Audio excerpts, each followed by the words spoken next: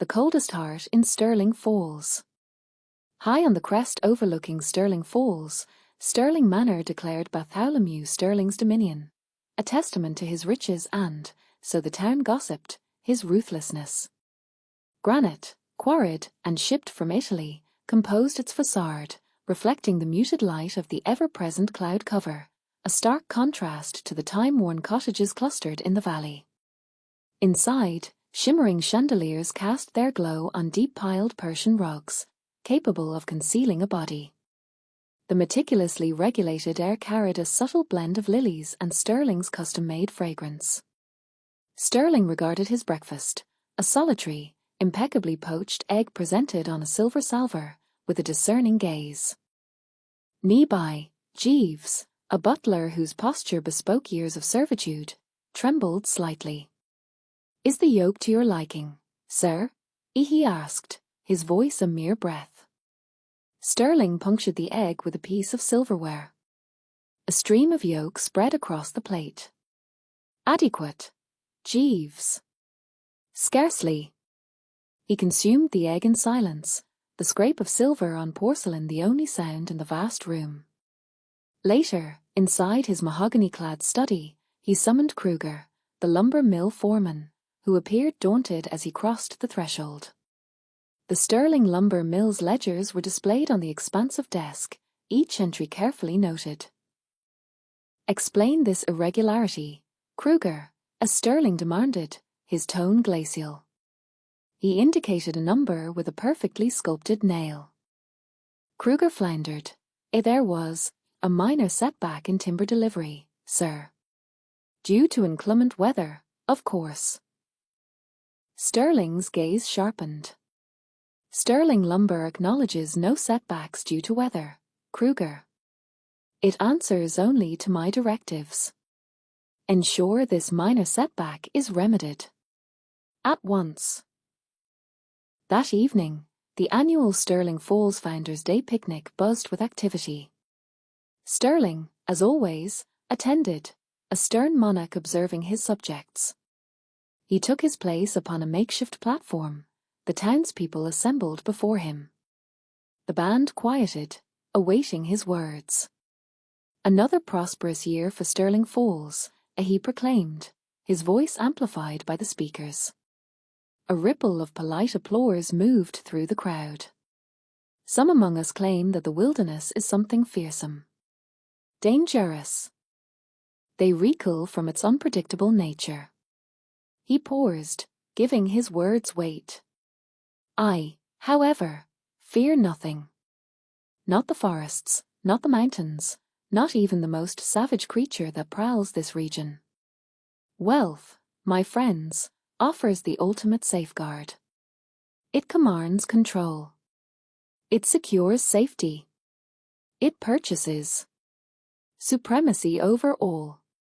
His eyes swept across the crowd, a challenge gleaming in their depths. Nature is merely another resource, to be exploited and mastered. Nothing more. A low murmur circulated through the assembled townspeople, a blend of agreement and disquiet. Old Man Hemlock, the town's naturalist, shifted uncomfortably. Stirling, either unaware or unconcerned, stepped down from the platform, a faint smile curving his lips. He experienced a surge, a brief flicker of something akin to gratification. He failed to observe the gathering storm clouds, or the strange, sudden hush that had fallen over the neighboring woods. He only registered the trepidation in their expressions, and in that fear he revelled in his power. Comet, the untamed spirit.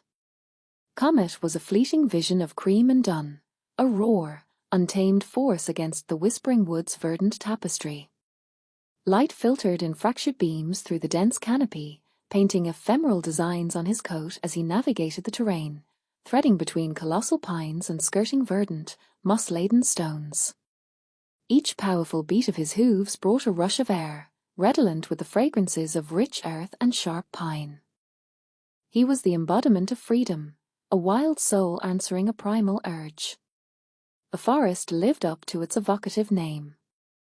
An undercurrent of sound permeated the place, a natural orchestra of whispering leaves, gurgling rivulets, and the calls of unseen birds. Sunlight struggled to pierce the verdant ceiling, creating an eerie gloaming where shadows pirouetted and secrets slumbered. It was a place steeped in ancient energies, a haven where Comet felt supremely alive, intimately familiar with every clandestine trail, every chattering stream, every sun-kissed opening. Unseen, Bartholomew Sterling watched from forest's edge, his expression a study in grim delight, his binoculars lowered. For weeks, he had meticulously tracked the Mustang, analyzing its patterns, absorbing its habits. A cruel curve tightened his lips. Soon, wild thing, he rasped, his voice a low rumble, you'll discover who truly reigns here.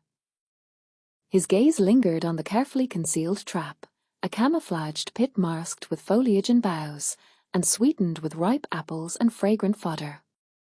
A rudimentary snare, yes, but effective enough to crush the spirit of the most magnificent creature in the whispering woods. He savored the prospect of dominating Comet, of forcing his will upon the animal. It wasn't about needing another mount. His stables overflowed with blue-ribbon thoroughbreds. It was about asserting control, about demonstrating that even the wildest, most unbridled thing could be broken and subjugated. He noted the sun's descent. The trap was primed. Now, nothing remained but the vigil. A shiver of anticipation coursed through him, a dark thrill that tasted like triumph already realized. He pictured Comet, bucking and panicked within the confines of the pit, his untamed gaze reflecting sheer terror. He would be patient. He would witness the precise instant the unyielding spirit was finally confined. The whispering woods stilled, awaiting the coming dawn. Trapped at twilight. Comet's hooves barely disturbed the fallen leaves as he navigated the whispering woods.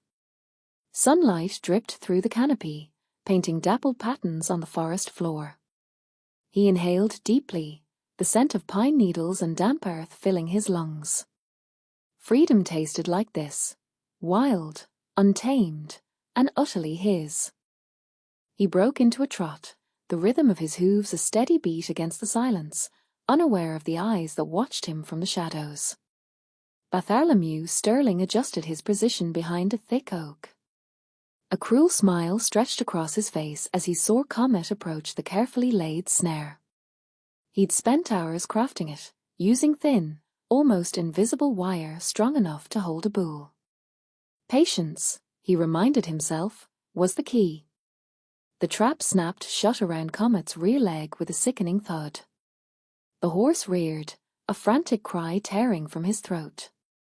He thrashed, panic flooding his veins, but the wire only tightened, biting into his flesh. Bartholomew emerged from the trees, his smile widening. Well, well, well, he drawled, his voice laced with false sympathy. Looks like someone got a little lost. Comet's eyes widened in terror as Bartholomew approached, a thick rope coiled in his hands. He fought with renewed vigor, but the snare held firm. Bartholomew chuckled, enjoying the horse's struggle. He moved with practiced ease, quickly securing the rope around Comet's neck. He led the struggling horse to a gnarled, ancient oak, its branches twisted like skeletal arms. With ruthless efficiency, he tied Comet to the tree, the rope chafing against his skin. There you go, pretty boy, Bartholomew sneered, patting Comet's flank with a mocking gesture. Dinner is served. Twilight was deepening, casting long, ominous shadows across the woods. The air grew colder, carrying the distant howl of a wolf. Comet strained against the rope, his breath coming in ragged gasps. Fear, raw and primal, consumed him. The once inviting woods now felt like a prison, the rustling leaves whispering threats in the gathering darkness. He was utterly alone, a prisoner of the twilight, awaiting a fate he couldn't outrun. Bartholomew melted back into the shadows, a silent predator leaving his prey to the wolves. Whispers in the dark. The air congealed, a frigid shroud drawn tight as twilight bled across the sky in shades of plum and clotted crimson. Comet's muscles bunched, the rope of ice grinding into his lower legs. Each whisper of leaves mimicked stealthy footfalls, every cracking branch the echo of bones splintering. The familiar barm of pine now carried a thread of menace, an earthy reek that spiked his nostrils with raw alarm.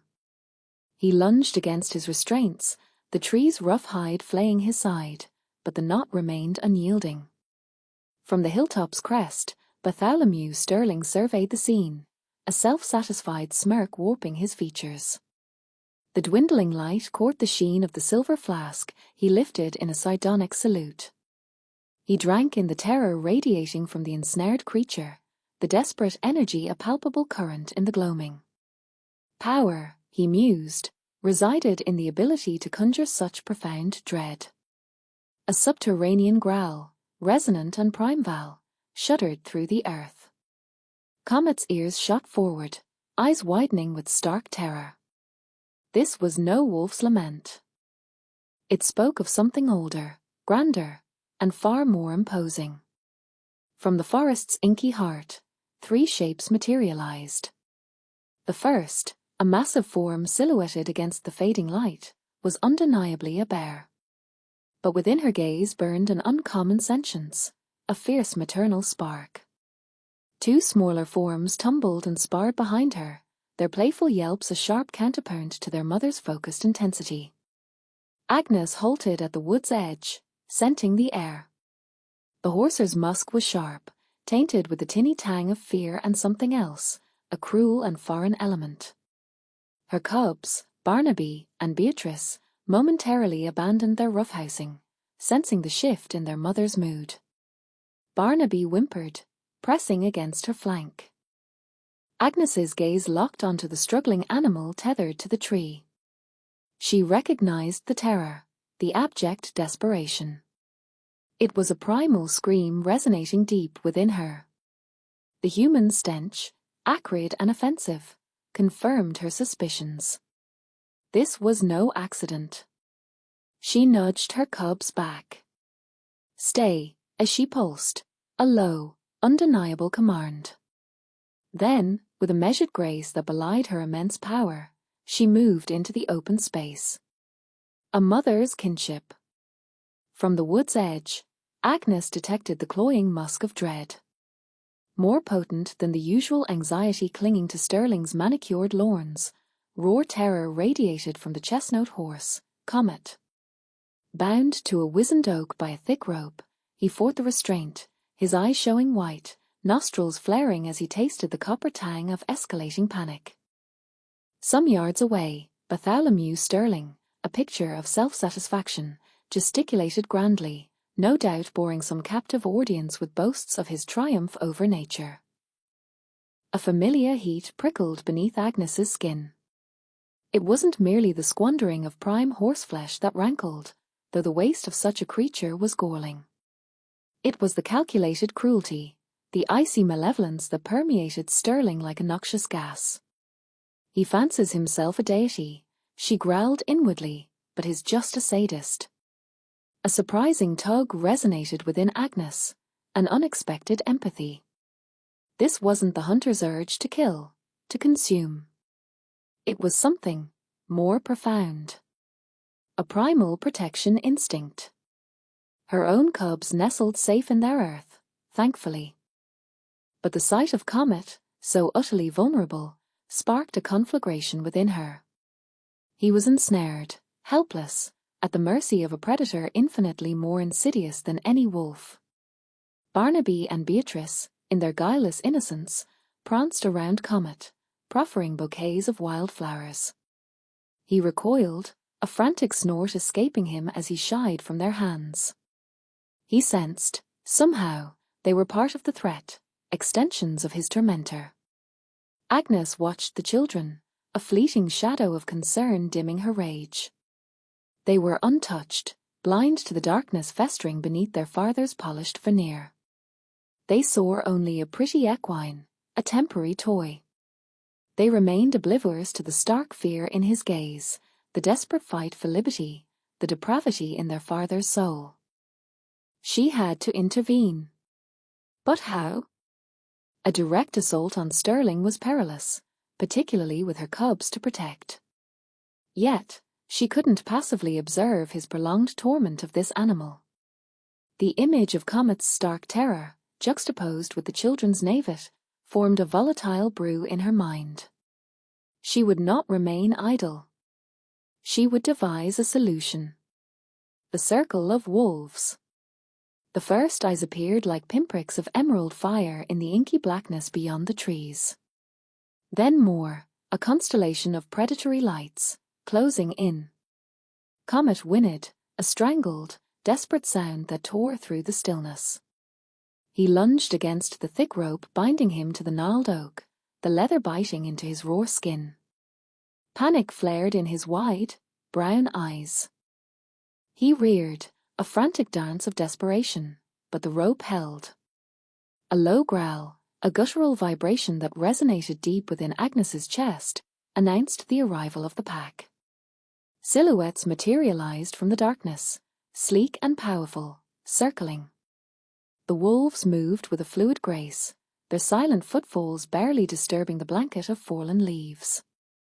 They were larger than she'd imagined, their coats thick and shaggy, their teeth gleaming white in the faint moonlight. Comet screamed, a high-pitched, terror-stricken cry. He thrashed wildly, hooves pounding the earth, a desperate plea against the inevitable. Agnes felt a surge of adrenaline, cold and sharp.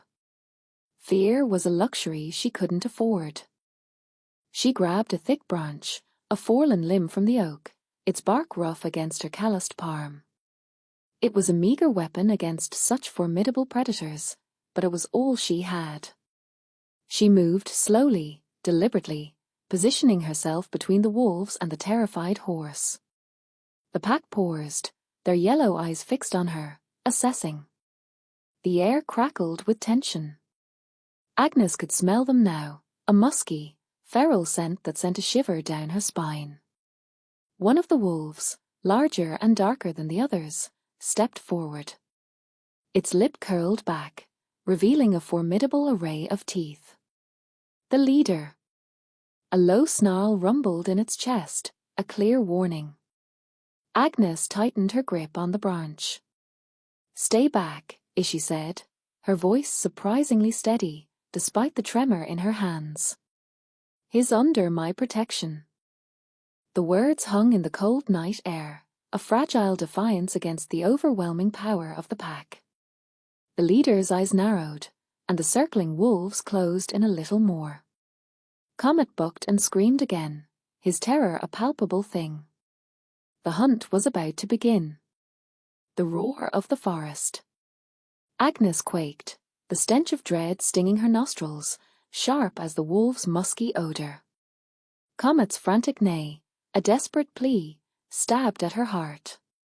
The beast trembled, his eyes reflecting pure terror, the coarse rope gouging his side.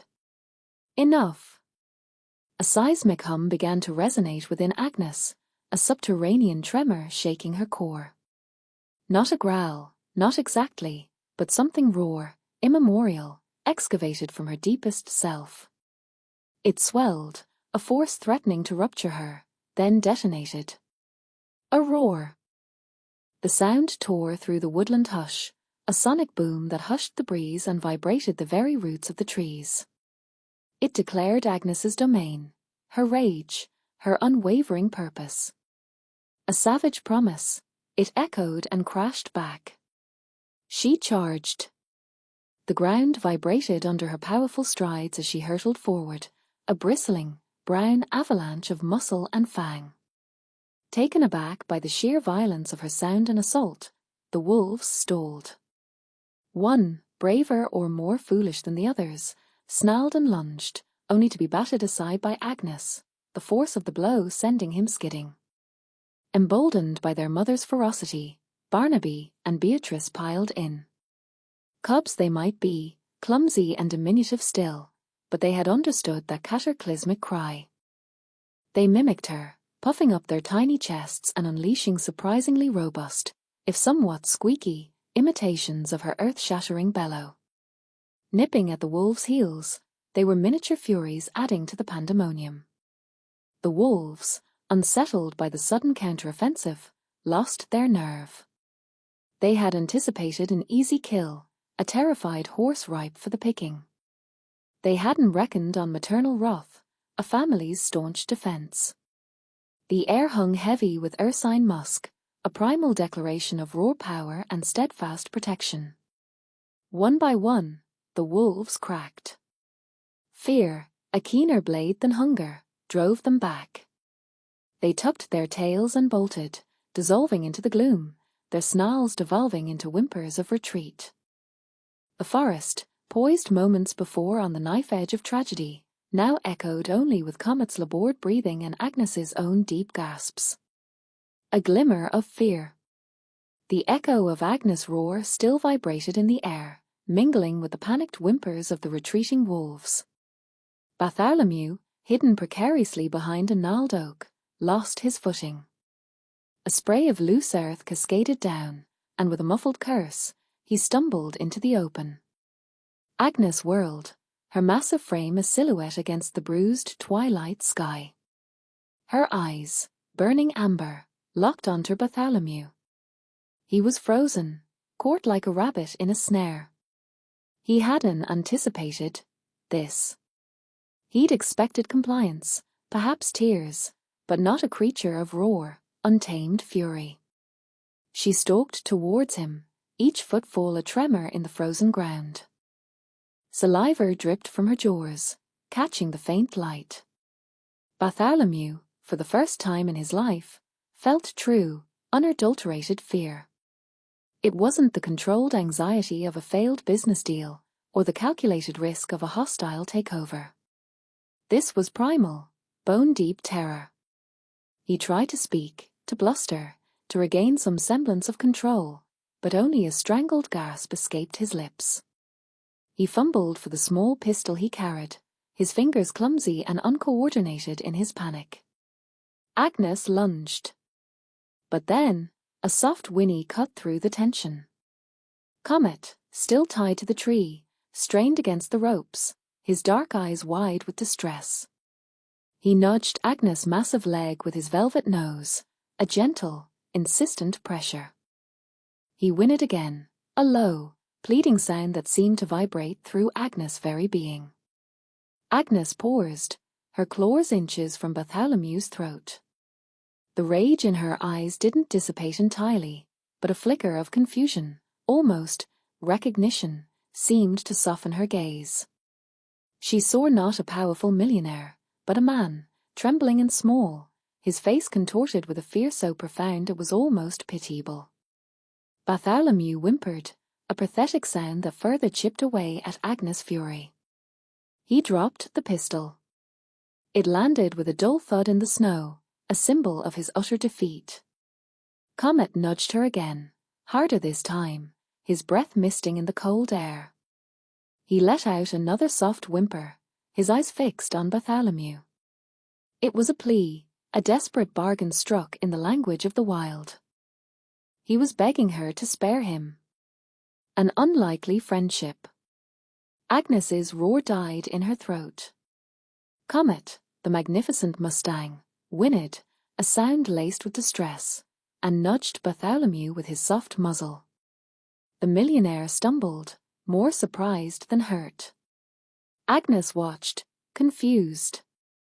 Why would Comet, after all Bartholomew had done, offer him comfort? Bartholomew looked up at Agnes, then down at Comet, the horser's brown eyes pools of pleading. He saw not a beast broken by cruelty, but a creature offering forgiveness. A flicker of something akin to shame crossed his face, washing away some of the self-satisfied arrogance. Agnes took a hesitant step forward, then another. She nudged Bartholomew again, mimicking Comet's gesture, her intent clear. He had to release him. With trembling hands, Bartholomew fumbled with the thick ropes binding Comet to the ancient oak.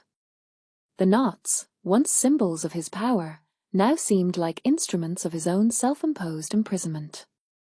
As the last strand fell away, Comet nuzzled him again, a soft puff of breath against his cheek.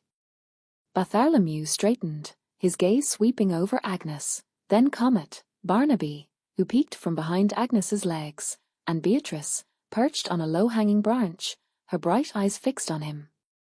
I am sorry, he stammered, the words feeling foreign on his tongue. I was arrogant, blind. I thought I could control everything, everyone. I was wrong. The air hung thick with disbelief. Agnes narrowed her eyes, searching for any hint of deception. But Bartholomew's face was an open book, etched with remorse and a newfound understanding. I will dedicate my wealth, he continued, his voice gaining strength, to protecting this woods, to ensuring the safety of all its creatures. I will build sanctuaries, fund research, do everything in my power to undo the damage I have caused. He extended a hand, tentatively, towards Comet.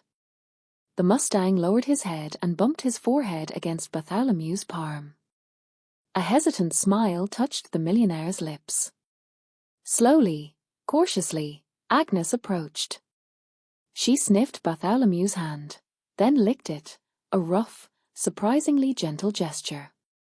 Barnaby scampered forward and nudged his leg, chirping softly.